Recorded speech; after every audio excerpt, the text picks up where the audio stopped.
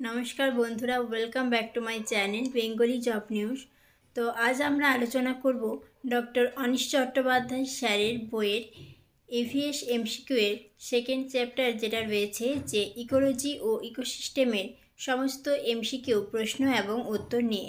তো এর আগের যে প্রথম চ্যাপ্টারটি ছিল পরিবেশবিদ্যা, পরিবেশ ও সুস্থায়ী উন্নয়ন, এই সম্পর্কিত সমস্ত MCQ এর প্রশ্ন উত্তর তোমরা আমার আগের প্লেলিস্ট যদি চেক করো তাহলে সেখানেই পেয়ে যাবে। প্রথম চ্যাপ্টারের সমস্ত 85টি MCQই কভার করা রয়েছে। তো চলো আজকের চ্যাপ্টারটি শুরু করা যাক। তো এখানে প্রথম প্রশ্ন রয়েছে, দেখো যে কোনো স্থানে জীবগোষ্ঠী ও পরিবেশের মধ্যে পারস্পরিক সম্পর্কের ফলে উদ্ভূত অবস্থাকে কি বলা হয়? 4টি অপশন রয়েছে, বাস্তুতন্ত্র, বিয়োজক, উৎপাদক নাকি পরজীবিতা। তো সঠিক উত্তর হয়ে যাবে অপশন এ, বাস্তুতন্ত্র। সেকেন্ড প্রশ্ন রয়েছে, পুষ্টি স্তর অনুসারে মানুষ কোন শ্রেণীর অন্তর্ভুক্ত? এখানে সঠিক উত্তরটি হবে অপশন ডি, অর্থাৎ মানুষ সর্বভুক শ্রেণীর অন্তর্ভুক্ত। 3 নম্বরে রয়েছে, স্বাভাবিক বিয়োজকের উদাহরণ দাও।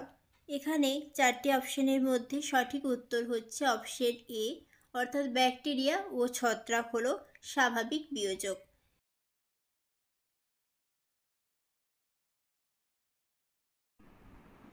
4 দাগে রয়েছে, পৃথিবীতে জীবের বাসযোগ্য অঞ্চলগুলিকে এক কথায় কি বলা হয়? তো এর সঠিক উত্তর হচ্ছে জীবমণ্ডল। 5 রয়েছে, দেখো একটি নির্দিষ্ট প্রজাতির বাস্তু সংস্থান সম্পর্কিত আলোচনাকে কি বলে? অটো ইকোলজি, সিনো ইকোলজি, বায়োস্ফিয়ার নাকি বায়ো। তো সঠিক উত্তর হয়ে যাবে অটো ইকোলজি। 6 দাগে রয়েছে, একটি নির্দিষ্ট অঞ্চলের জীব সম্প্রদায়ের বাস্তু সংস্থান সম্পর্কিত আলোচনাকে কি বলা হয়? তো প্রথমে যখন দেখলাম যে অটো ইকোলজি বলতে কি বোঝাচ্ছে, না নির্দিষ্ট প্রজাতির বাস্তু সংস্থান, এবং নির্দিষ্ট অঞ্চলের যখন কথা আসছে তখন সেটি হয়ে যাচ্ছে সিনো ইকোলজি, এবং নির্দিষ্ট প্রজাতির বললে সেটি হচ্ছে অটো ইকোলজি। তো অটো ইকোলজি এবং সিনো ইকোলজির ডিফারেন্সটি আশা করি বুঝতে পেরেছ। এবার 7 রয়েছে, যে পরিবেশে এক বা একাধিক জীব প্রজাতি প্রাকৃতিক, রাসায়নিক ও আপেক্ষিক অবস্থার মধ্যে সুস্থভাবে পারস্পরিক দেওয়া নেওয়ার ভিত্তিতে বেঁচে থাকে তাকে কি বলা হয়?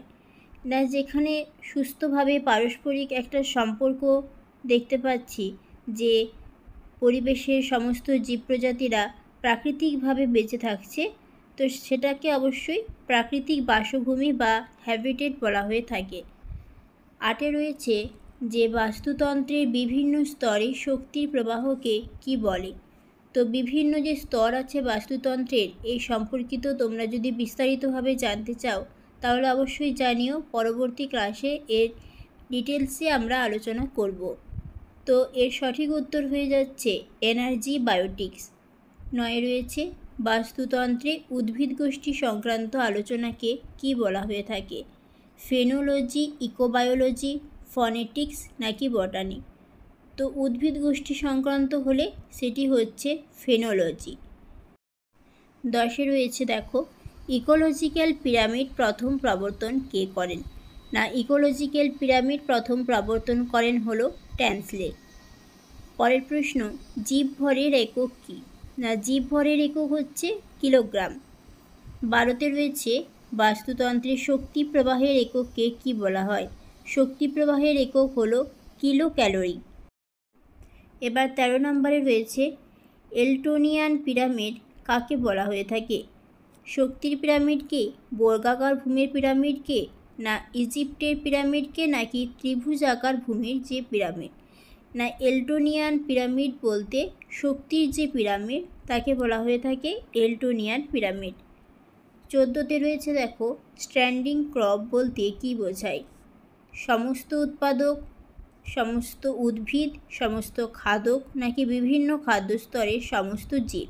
স্ট্যান্ডিং ক্রপ বলতে বিভিন্ন যে খাদ্য স্তর রয়েছে, অর্থাৎ উৎপাদক, খাদক, বিয়োজক, এইরকম যে খাদ্য স্তর রয়েছে তার মধ্যে যে সমস্ত জীব থাকছে সমস্ত জীবগুলোকেই বলা হচ্ছে স্ট্যান্ডিং ক্রপ।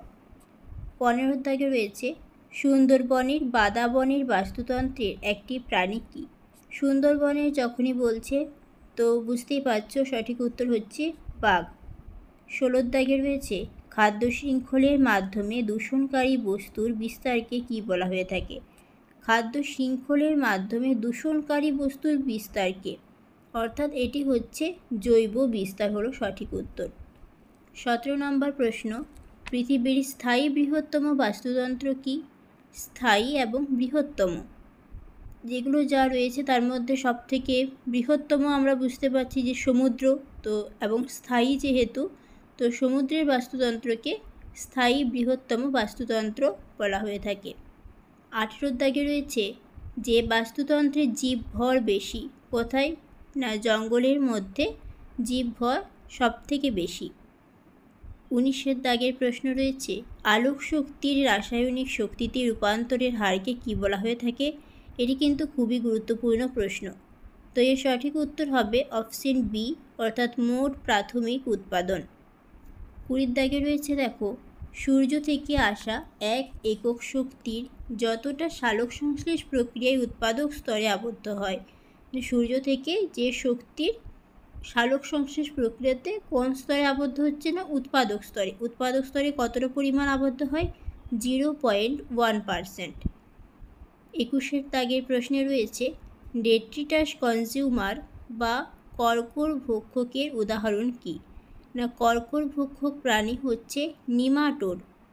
ঠিক আছে, এবার যেটা রয়েছে 22 দাগে খাদ্য শৃঙ্খলের যে স্তরে জীবের সংখ্যা সবথেকে বেশি। খাদ্য শৃঙ্খলের ছক সম্পর্কে আগেই বললাম, তোমরা চাইলে অবশ্যই বলবে, তাহলে বিস্তারিতভাবে আমরা আলোচনা করব টপিক অনুযায়ী। তো এখানে শুধু এমসিকিউগুলি আলোচনা করছি। তো দেখো 22 দাগে যেটি বললাম যে যেখানে জীবের সংখ্যা সবথেকে বেশি সেই শৃঙ্খলটি যেটি রয়েছে খাদ্য শৃঙ্খলের মধ্যে তার নাম হচ্ছে উৎপাদক। উৎপাদক স্তরে জীবের সংখ্যা সবচেয়ে বেশি হয়। 23 দাগে প্রশ্নে রয়েছে খাদ্য শৃঙ্খলের সূচনা হয় কিসের মাধ্যমে? সালোক সংশ্লেষ, বনসৃজন, সূর্যোদয় নাকি বীজ বপন? এর উত্তর আশা করি সকলেই জানো যে সালোক সংশ্লেষের মাধ্যমে খাদ্য শৃঙ্খল হয়ে থাকে। 24 রয়েছে ফান্ডামেন্টাল অব ইকোলজি, এই বইটির লেখক কে? ফান্ডামেন্টালস অব ইকোলজি লিখেছেন ওডাম। 25 রয়েছে ব্যাকটেরিয়া হলো কী জীব? না ব্যাকটেরিয়া হচ্ছে মৃতজীবী জীব হলো ব্যাকটেরিয়া। ঠিক আছে, স্বর্ণলতা এবং উকুন, আমরা জানি যে উকুন জাতীয় জিনিস বা জীব বলতে পারি, তারা সবসময় অপরের আশ্রয়ে তারা জীবিত থাকে, অর্থাৎ বেঁচে থাকে। তো তাহলে তারা কী জীবী হচ্ছে? না পরজীবী। 27 রয়েছে মানুষ হলো কী জীব? না জৈব যৌগজীবী জীব হলো মানুষ। সবুজ উদ্ভিদ, আমরা জানি সবুজ উদ্ভিদকে আলোকজীবী জীব বলা হয়ে থাকে।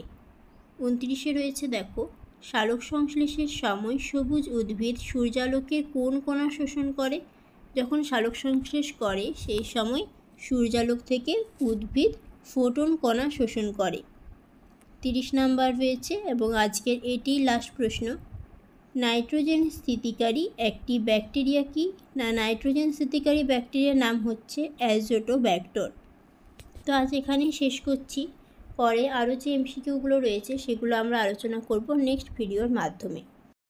তো আজকের ভিডিওটি এখানেই শেষ করছি। ভিডিওটি যদি ভালো লেগে থাকে অবশ্যই ভিডিওটিতে লাইক, কমেন্ট, শেয়ার করতে ভুলো না।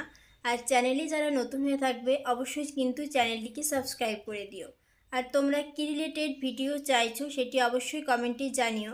আর এই ভিডিওগুলি যদি তোমরা দেখতে চাও তাহলে তোমরা কমেন্টে বলো, তাহলে আমি ডক্টর অনিশ চট্টোপাধ্যায় স্যারের বাকি যে চ্যাপ্টারগুলি রয়েছে পরবর্তী ভিডিওতে সেটি নিয়ে আলোচনা করব।